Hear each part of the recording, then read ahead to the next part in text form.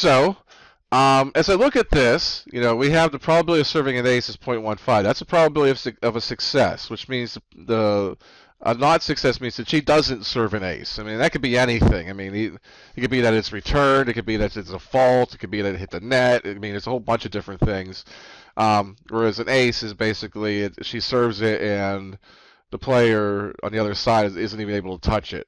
So the probability of success is 0.15. The probability of a failure, or Q, is 0.85, which is just 1 minus 0.15.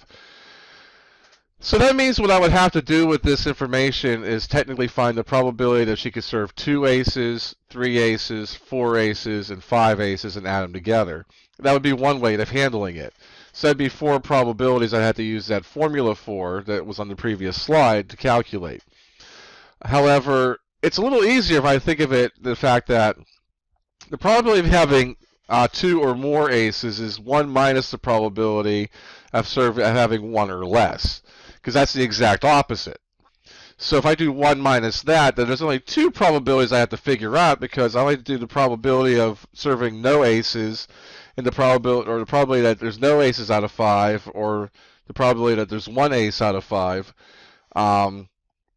And do 1 minus that. So there's only 2 probabilities I have to figure out, whereas the other route I had to figure out and do the formula to figure out 4 different probabilities before I add those together. So a little shorter this route, not necessarily majorly short, but in some situations you may have more than an n value that's much bigger, and obviously the shorter method will certainly save you time and effort, certainly. So.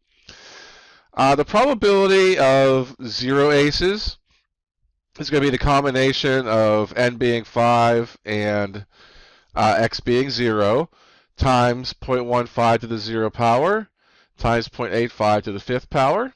And the probability of 1 ace out of 5 would be the combination with n being 5 and x being 1 times 0.15 to the 1st power times 0.85 to the 4th power. And when I carry out that computation, I get 1 minus 0.83521, which is about equal to 0.1648. And we typically round a lot of these to 4 decimal places. And you'll see why momentarily, because there's a table you use for normal distributions that only goes to 4 decimal places, and that's the main reason. So